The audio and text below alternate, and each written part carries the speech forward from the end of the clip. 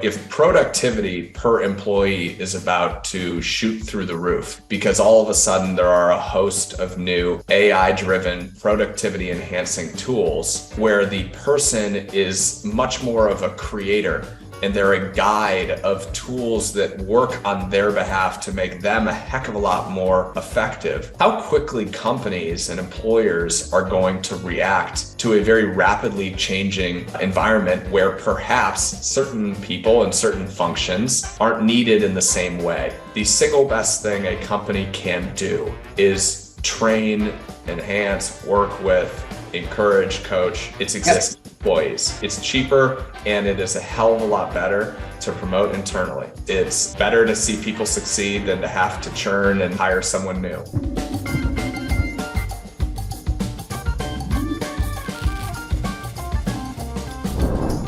Okay, we're here with Charlie Olson of Pandopooling. Hey, Charlie. Hey, Drew. How are you? Good. Thanks a lot for being on the show. Hey, just to get us started, I'd love it if you could just take a minute, introduce yourself, tell us how in the world you ended up founding Pandopooling anyway. Sure. So you've got the name, and my story with Pando started at Stanford Business School, where I was fortunate to meet a co-founder, Eric Lax, who is a hell of a lot smarter than I was and than I am. And he was also a computational mathematical engineer. And he actually brought me into his creative mind, originally explaining to me research that he was doing with a labor economist at Stanford, a guy named Ed Lazier, who unfortunately recently passed. Their research suggested that we're graduating many more people into an increasingly volatile, winner-take-all, uncertain economy, one where many more careers exhibit the underpinnings of winner-take-all or winner-take-most economics. Eric wrote a game theory paper from that research, and in searching for a solution, came up with something he called income pooling. Income pooling is the backbone of Pando. The basic idea behind an income pool is a group of individuals who have chosen each other and have agreed to put a small portion of their future earnings into a shared pool.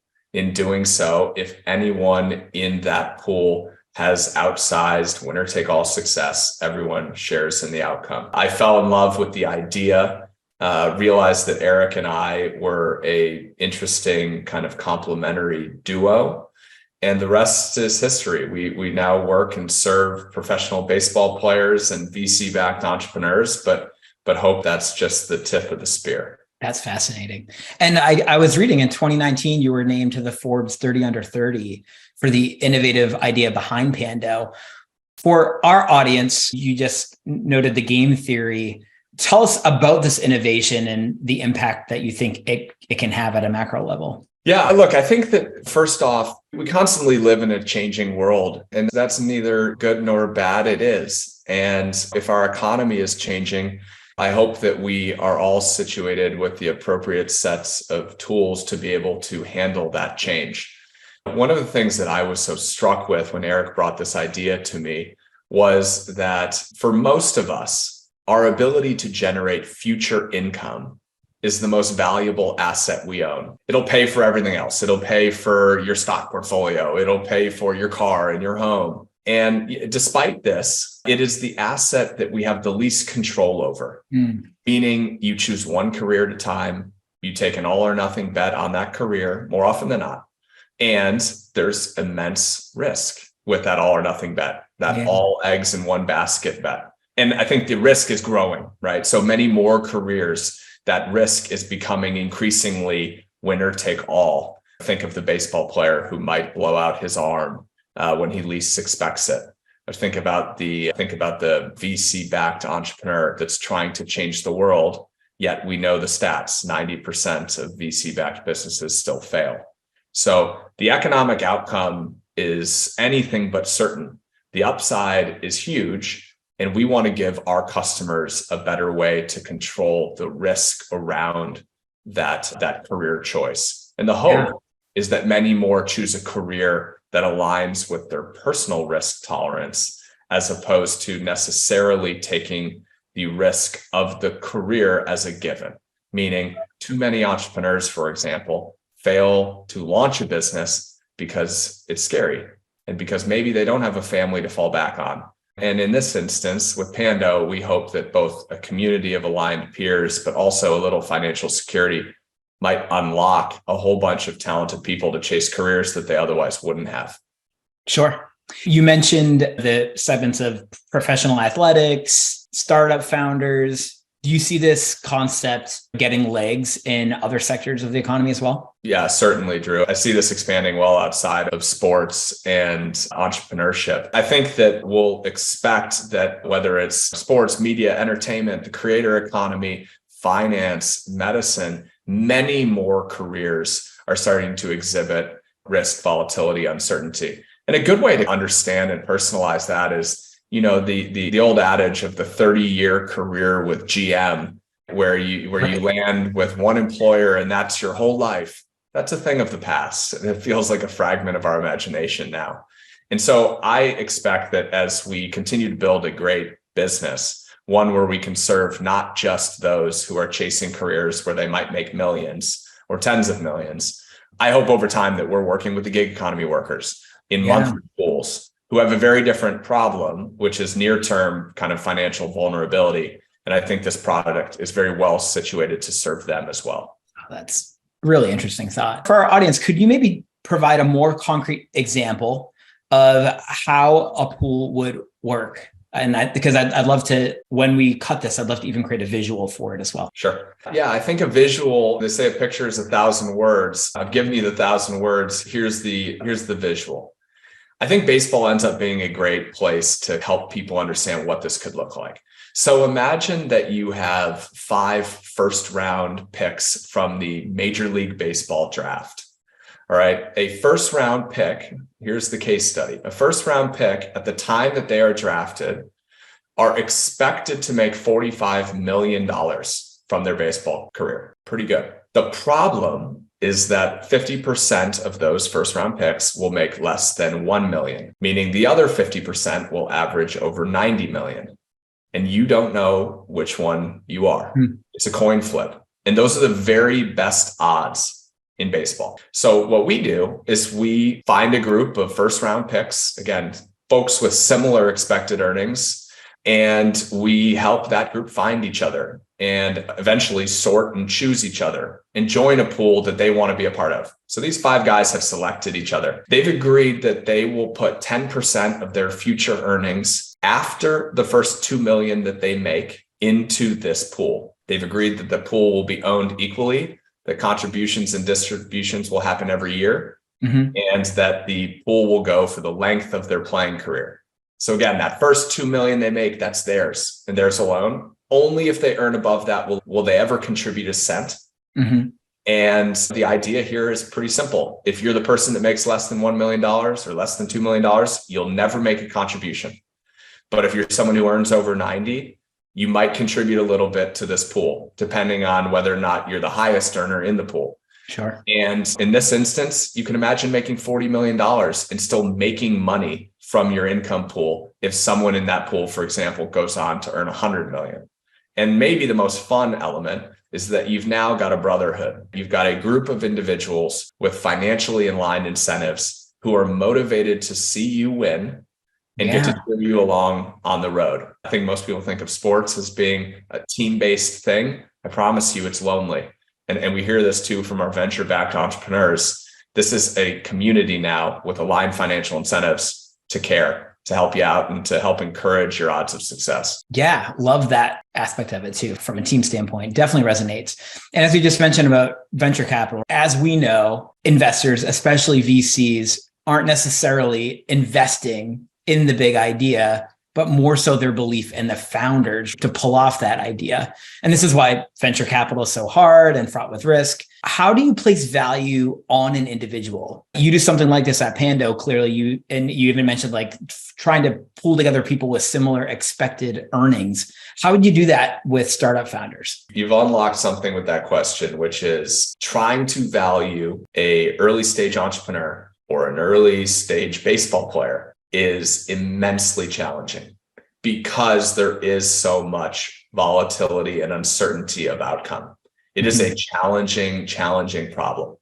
We have built a data science team Fortunately, with Eric's background in computational mathematical engineering, algorithms and AI are in our DNA. And so we have built algorithms where we can show you, for any entrepreneur or any baseball player, their expected future earnings, as well as the distribution of possible outcomes. So the risk, the statistical risk around that expected outcome. We can then help an entrepreneur or a baseball player think about the difference of joining pool A as opposed to pool B, or forming a pool with 3 friends that they bring us. We can help them weight the pool if there's differences of expected future earnings, et cetera. So that's part of our marketplace experience.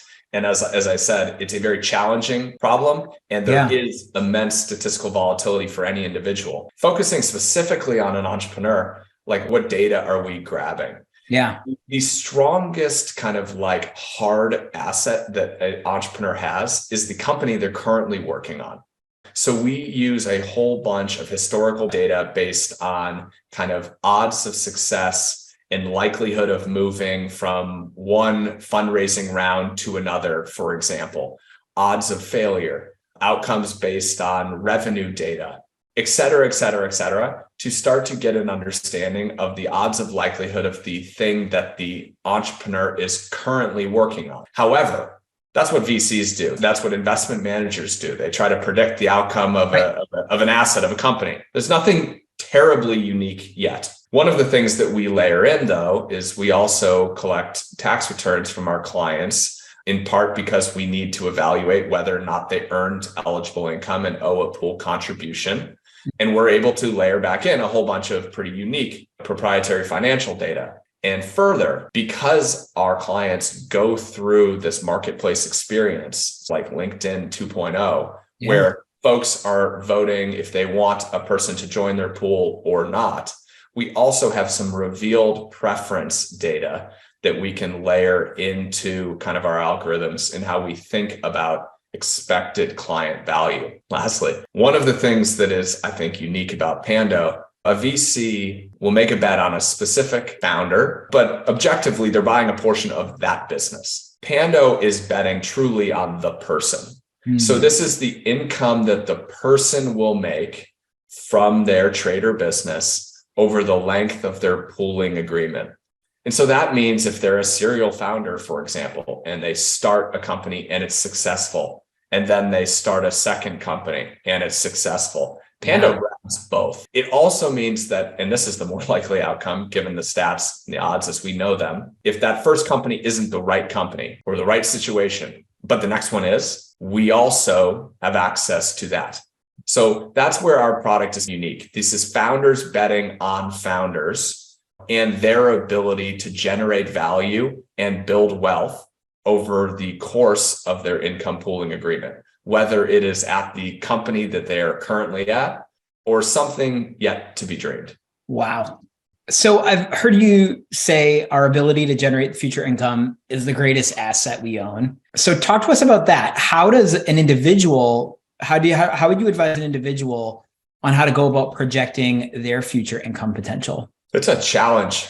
I think that one of the things that we are not armed with is enough data to make financially informed career choice. I was fortunate to go to Stanford undergrad as well as graduate school. And in both places, there were some materials around, here's what you can expect to make in maybe the first 1, 2, and 3 years of choosing a career in investment banking or consulting or big tech. That's great. The problem is that is a really narrow lens to think about career earnings. And it doesn't factor in the element of risk and uncertainty either. And so one of the things that I think Pando is trying to bring to the table is actually a more comprehensive data set to help people think through the true odds of success and expected outcome based on different career choice, not just in 1, 2, and 3 years, but what does this look like over the next 5, 10, 20 years of your career so that you're considering majoring in X versus Y. You can make an informed decision. Everything also can't be boiled down, shouldn't be boiled down just to what you're going to make. Right. One of the things that I believe is that if you choose a career of meaning and purpose, one that aligns with skills that you have, including your passions, you're more likely to do well, and you're more likely to create value and impress people and enjoy the ride a hell of a lot more. And so I think there's an element here too, which is you don't have to make the decision optimizing for your risk-adjusted cash, but I do think you should know. I think you should have the data. And minimally, what I kind of hope is that Pando can help arm you with the data to make a more informed choice. And then if you decide to pursue a career maybe that you are passionate about, but uneasy about, and I think, again, entrepreneurship is a perfect example of this. I want to make that transition easier for you and less onerous, less scary by, in this case, muting your risk, helping raise the floor, give you a portfolio of entrepreneurs around you where if any one of them succeeds, you succeed. And you enjoy it a heck of a lot more because you're surrounded by people that you care about, that are helping you on a month-over-month basis build a better company and serve that customer really well. Right. And all of this, as you were saying, the big difference between the VC and Pando, right, is that emphasis on you are truly investing or taking the bet on the individual versus the VC that's ultimately they own the company, which leads me to taking this more from the individual to the corporate side of things. It makes me think about how the work you're doing could influence how businesses think about calculating the value of an employee in general, right? Should we hire them as one thing, but what should we pay them? There's a lot in the news right now about what's called compensation or salary compression, where you have somebody that's been in a company for 20 years and could be making X, but somebody externally, in order to get them to join your company and could be more junior, is making about the same, right? And that's compressing bands of salary inside. So as a business community at large, just like you were saying, it's awfully hard to find those metrics to measure an individual. Inside the business, it's awfully hard to predict performance. And it's woefully unsophisticated in my view. So how do you think performance measurement of talent could maybe evolve in light of the work that you're doing? Wow, it's such an interesting question. The performance management, I think, is inherently fraught with challenges, the biggest of which is objectivity and data. It is very hard, I think, to accurately assess the value that a person brings in all elements of their role and their personhood. And I think that we are doing better as a kind of like business community in finding ways to track value and track output. And we're getting better at thinking more holistically about what it looks like to grade, how we think about grading a talented performer, et cetera. I do wonder, Drew, whether or not the kind of rapid changes in AI really will also add a huge kind of question mark to this question that you're asking, which is, if productivity per employee is about to shoot through the roof, because all of a sudden there are a host of new AI-driven productivity enhancing tools where the person is much more of a creator and they're a guide of tools that work on their behalf to make them a heck of a lot more effective, how quickly companies and employers are going to react to a very rapidly changing environment where perhaps certain people and certain functions aren't needed in the same way. I think it's an immensely challenging situation that we're going through. And we can't forget the humanity in this too, right? That these are real people in the moment who might have a role or a function that is displaced overnight by a new technology. Or, for example, the engineer that can now produce at the level of 5 engineers with the right set of tools. And what is the right thing for a business to do, not just from a bottom line perspective, but also from a running a company that's durable with a strong culture where folks want to be there in good times and bad, and you want to build and ascend together. Yeah. So what you're saying, right? It's absolutely, we look at different huge, steps in tech evolution, right? Computing being one of them, the internet being the other. You just brought up AI, right? We always go through this. There's sometimes short-term pain with displacement of labor for long-term gain. And every one of those cases I just said, and I think it absolutely, we can guarantee it with AI is going to open the door to much more job creation than job displacement. The World Economic Forum just came out a couple weeks. Yeah, the World Economic Forum just came out with expecting probably about 80 million jobs estimate would be displaced by AI, but it would easily create, and this is early indicators, 90 million. And that's probably going to surpass 100 million in my view. So yeah, absolutely. And what you were just talking about is as machines proliferate, and we rely on the machines to do more of the objective decisions and objective workflows of business, the more transactional things. It shifts our focus to the human to do the more subjective or relational things. They're just continuum of transactional versus relational. And we thought that performance measurement sophistication, it was woefully under sophisticated now. Just wait as we attempt to measure these things. So if you just had to like pie in the sky, think about what competencies or abilities will be coveted in this future that businesses will value, what would those skills or abilities of these humans in the future work be? Wow. Another great question, Drew. And we're talking a bit about what character traits, what skill sets will be valuable in the future in a world of our imagination, but integrated with AI. I've been thinking a lot about kind of what it means to integrate with AI. And I think the biggest takeaway that I see is that the ability to be an artist and to be a guide will be of paramount importance.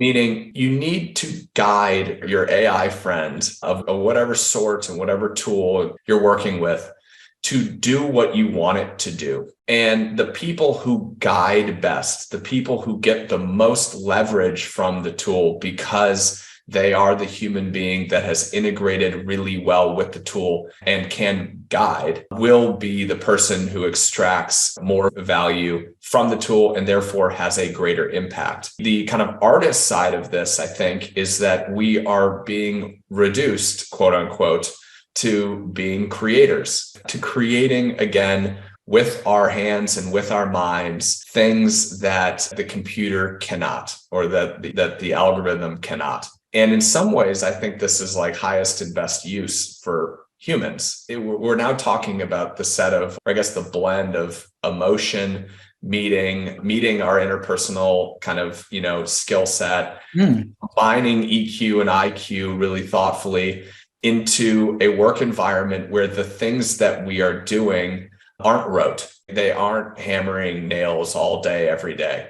It is about creating something, an experience, a product, a service, or creating a mechanism by using a tool and then guiding your AI helper to help you create something that doesn't otherwise exist. So in some ways, I'm with you. I think it's the soft skills, all of the things that go into someone with really high EQ that will be valued. And man, you're right. Thinking about what that looks like then from a performance like management perspective and trying to assess performance will be challenging. On the other hand, we will likely still grade on many of the same metrics we already do. If this is a for-profit institution that you work for, what is your contribution to revenue and to cost and to profit? If this is a nonprofit that you work for, what is your contribution towards impact and effect on your customer? If this is an academic institution, what is your impact on your student in terms of their test scores, their whatever outcomes of whatever sort you are graded on today? Yeah. We will still be paying attention to those same outcomes. I think it will be harder to write some of the like KPIs that maybe we are able to today, where we focus as much on the inputs and we say, if you do the inputs, the outputs will come. I think we know still what the outputs will be that we'll grade against. I think it's less clear today what those inputs will be. Absolutely. And that's where I think like this is where the magic of even the future of AI and tech are unlocking. And as you said, you're using AI, you're using proprietary models, algorithms, right? If we can figure out the value of an attribute of an individual, whether it's an educational attribute, experience, performance, and how that compounds over time, then one day we may be able to unlock for the individual what their value is, and then give them much clearer understanding of how to build out their baseball card and make it more valuable, right? Absolutely. You could think of a transformation of a resume, right? Where a resume in the past has been a set of experiences that encourages a potential employer to think about the things or imagine the things that they did. Maybe there's even some baseball statistics around hard challenges that were overcome.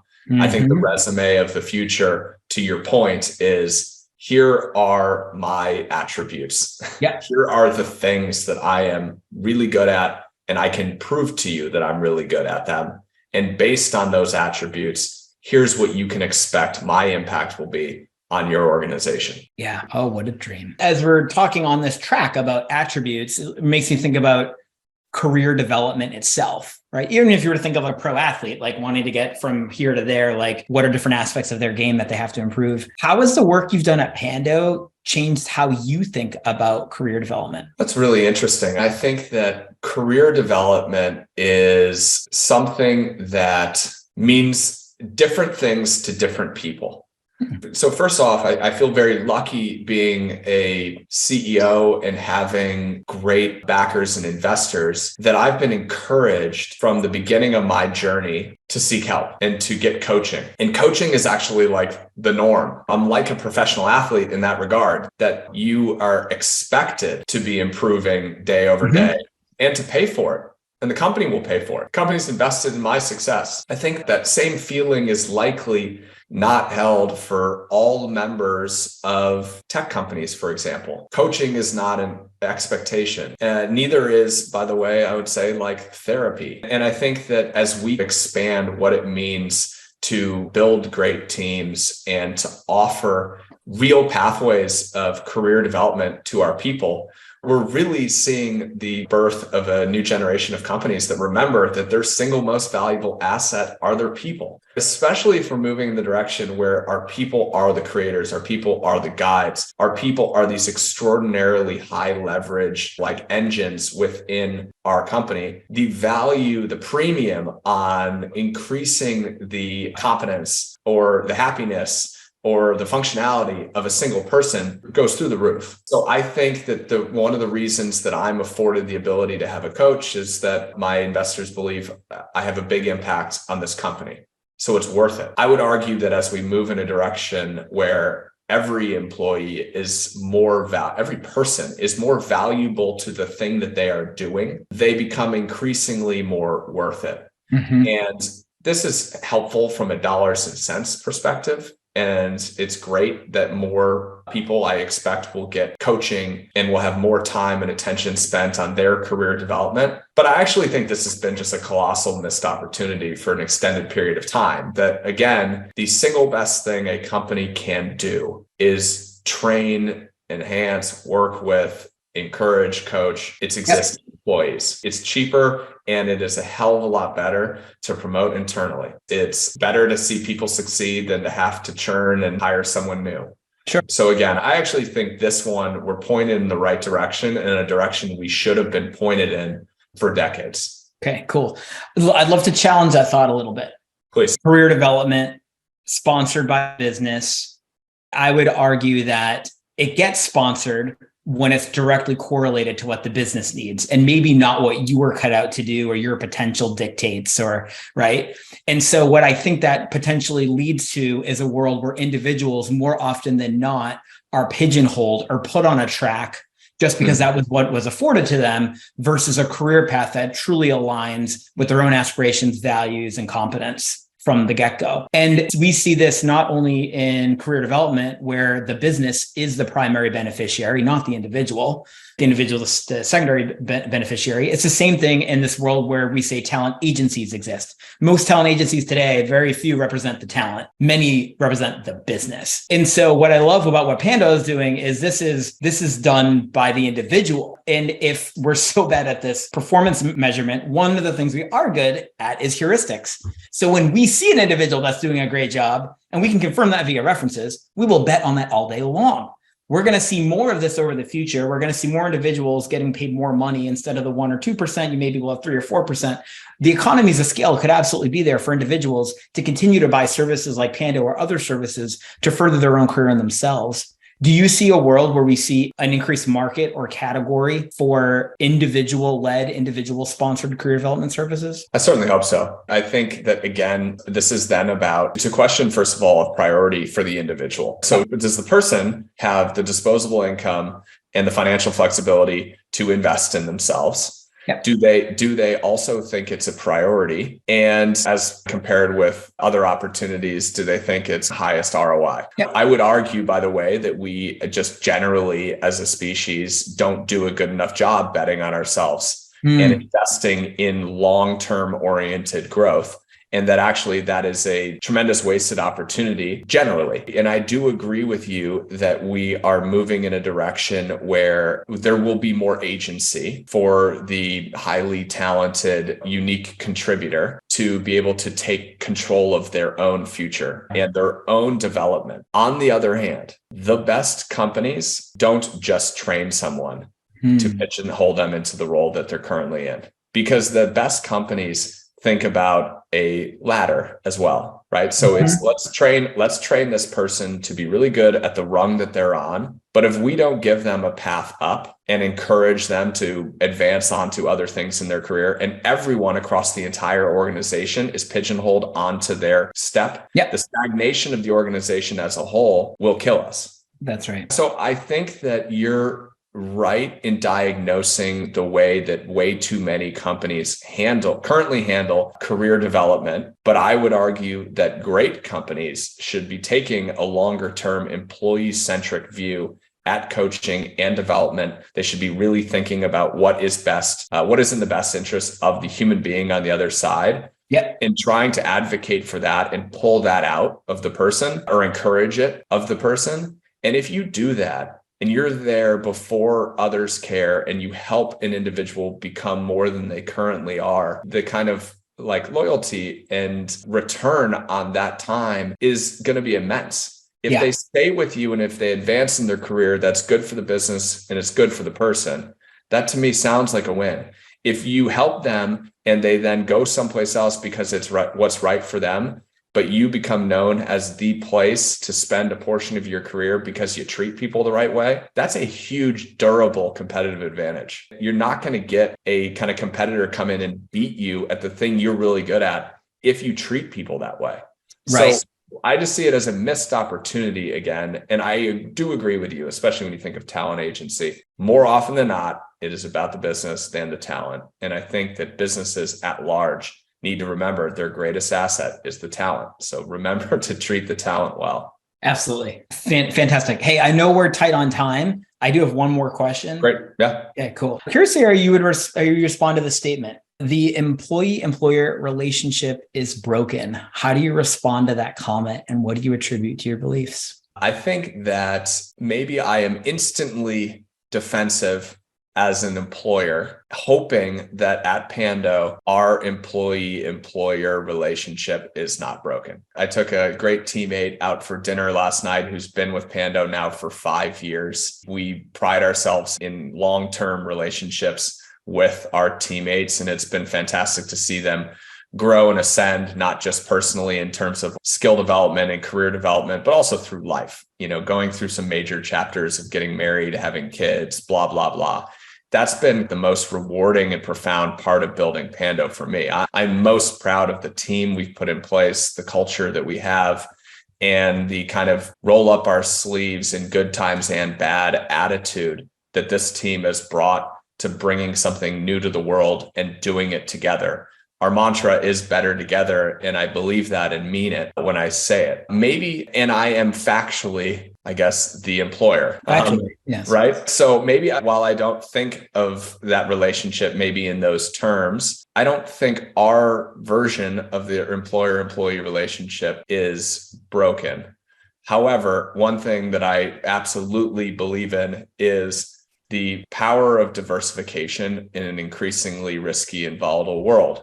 If you think about Pando, what Pando is doing is offering our clients a portfolio-based approach to earning money and to forming communities. And I am a big believer that you shouldn't put all your eggs in one basket. And so as it relates to an employer-employee relationship, I can hear in myself the tangle, the friction between teammates who work just for Pando and nowhere else, and our clients who might be a professional baseball player but have exposure to other professional baseball players. Yeah. One of the things that I'm trying to build at Pando as we move deeper into the VC-backed entrepreneur ecosystem is starting to build pools for leadership teams and other employees within these tech startups. So you could imagine, for example, a first-year engineering pool where you're joining Stripe and at the same time you're joining a pool with a bunch of other great engineers who are at other amazing companies in similar positions. And so my hope is that in some ways, Pando is able to bring a changing dynamic to the employer-employee relationship, one where the employee has a little bit more leverage with their employer by having kind of their diversified approach to making money and to building a community. And the hope there would be that transparency across what life is like at these other companies further encourages employers to be on their very best behavior minimally and maximally to learn from each other, to share best practices. And if that's encouraged by the employees, all the better, such that every single person is getting the best experience possible, in part because it's crowdsourced and taught by folks at a whole bunch of other companies like yours or dissimilar to yours. Sure. So maybe that's my complex answer. I love that. I am defensive. It's also an empowering message, right? By just creating those communities, it in a way creates a regulatory mechanism for businesses, right? In which to follow certain standards, not only in how they treat employees, but probably compensate employees, reward employees. My hope is that also transcends into measure performance of employees. Yep. And that's only going to mean great things for the individual. Charlie, greatly appreciate the time here today. Is there something I didn't ask that you want to talk about before we wrap? No, this is great, Drew. I really appreciate it. Appreciate the time and love what you're building here. Thank you. We appreciate you.